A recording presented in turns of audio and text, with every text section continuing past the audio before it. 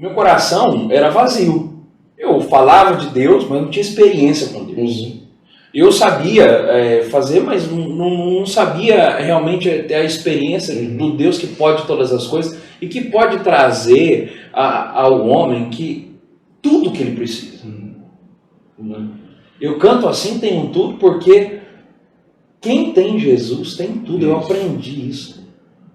Pode faltar tudo na tua vida, se você tiver Deus na tua vida, irmão, tudo vai ser diferente, né? Mas naquele vazio na minha adolescência, uma noite, eu fui rezar, porque eu rezava. Eu fazia as coisas erradas, mas eu rezava, né? Eu sabia que eu estava fazendo coisa errada, mas eu sabia também o caminho certo. É rezar. Costumo dizer que tem coisas que só Deus e o travesseiro sabe da gente. Do nosso choro, das nossas angústias, das nossas aflições, das nossas dúvidas, né? E eu lembro que uma madrugada eu falei para Deus, Deus, coloca alguém na minha vida para me namorar, casar, ter filhos e morrer ao lado dela. Porque eu sabia que se Deus colocasse alguém na minha vida, e se eu realmente me apaixonasse por essa pessoa, se eu amasse essa pessoa, o Senhor colocaria a minha vida nos trilhos, né? E graças a Deus foi isso que aconteceu. Olha só. Depois de 3 meses eu conheci aquela que é minha esposa, né? Ela era de igreja? Ela era de igreja, catequista de igreja. Conheci ela numa formatura, onde um rapaz que tocava comigo, que ela é tia dele, inclusive, ela estava lá e eu a conheci. Interessante porque quando eu a vi, o primeiro dia que eu a vi, o meu primeiro olhar nela, eu disse assim, eu vou casar com essa menina. Eu nem a conhecia, né? E foi assim, foi realmente impactante assim, e realmente mudou a minha história. Quando perguntam para mim, quando você conheceu Jesus realmente, Fabiano, foi quando eu conheci a Daniela. E foi aí que realmente foi um divisor de águas na minha vida. É claro que teve outros divisores de água na minha vida, né? Mas assim, realmente assim, de experiência com Deus foi quando eu a conheci. Né? Então assim, Deus foi nos curando. Eu tinha traumas, feridas, ela também tinha traumas e tinha feridas.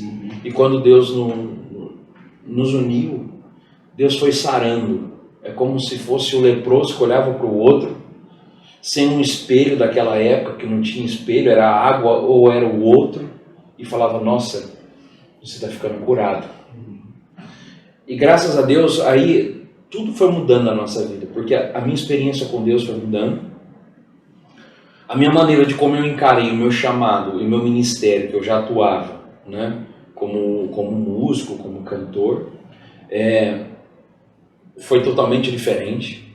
A minha canção ficou diferente, o meu cantar ficou diferente. E tudo ficou novo, tudo ressignificou. Você considera que o tempo que você passou na bebida e tal, tão jovem, na base de tudo foi realmente essa questão do vazio e do um pouco mais que você acha que necessitava de atenção, de presença dos pais e tudo?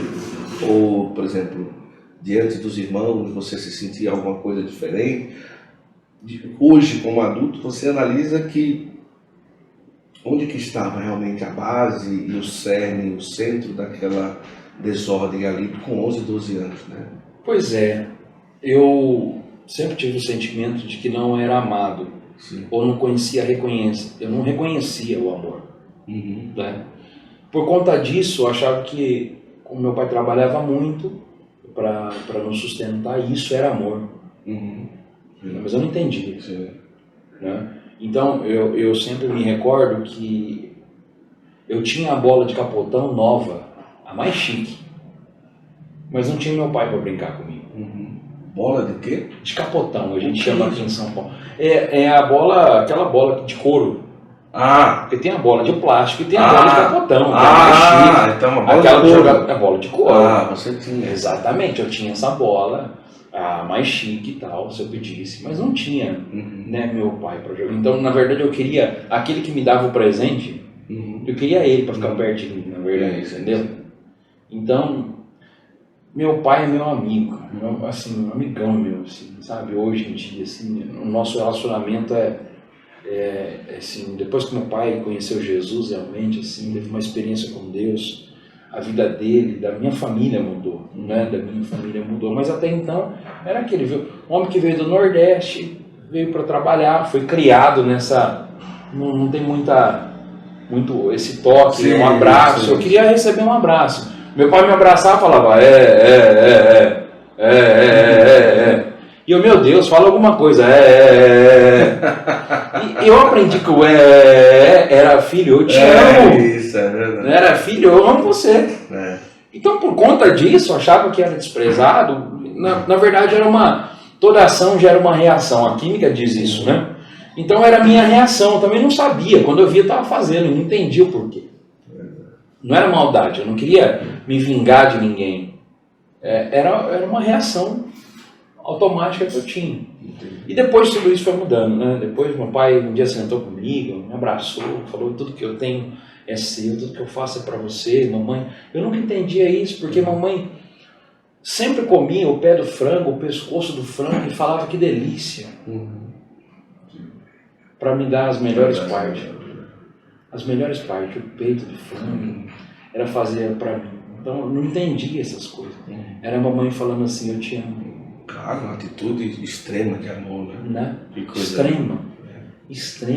E na minha ignorância, né? Se posso dizer assim, na minha ignorância, eu achava que não era amado.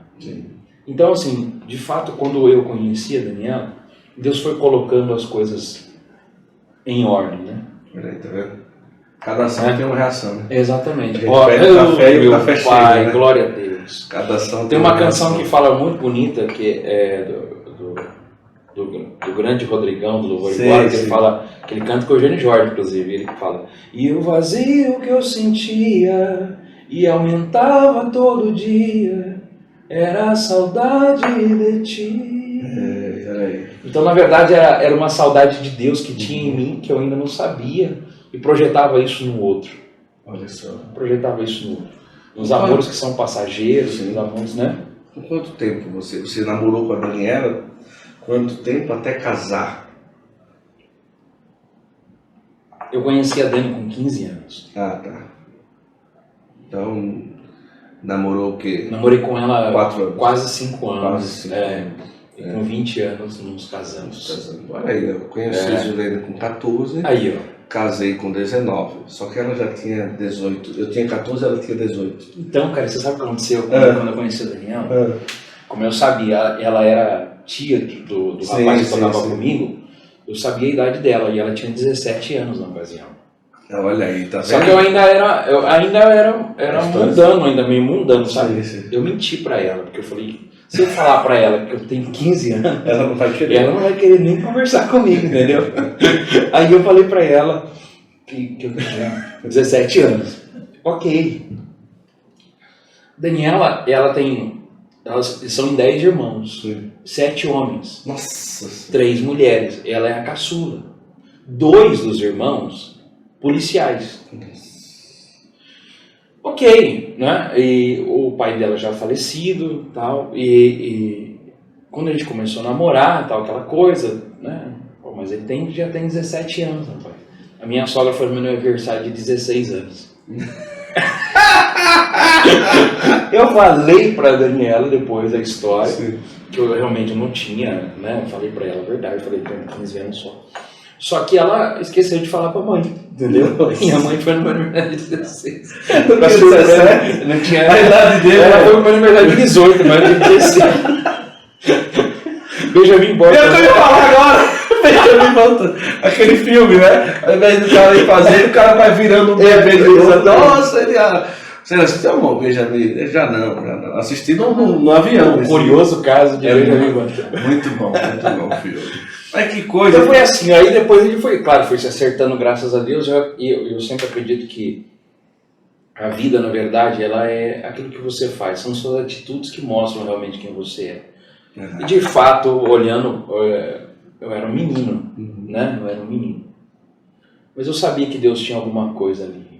Como eu falei pra você, quando eu vi ela a primeira vez, eu falei, eu vou casar com essa moça. Olha.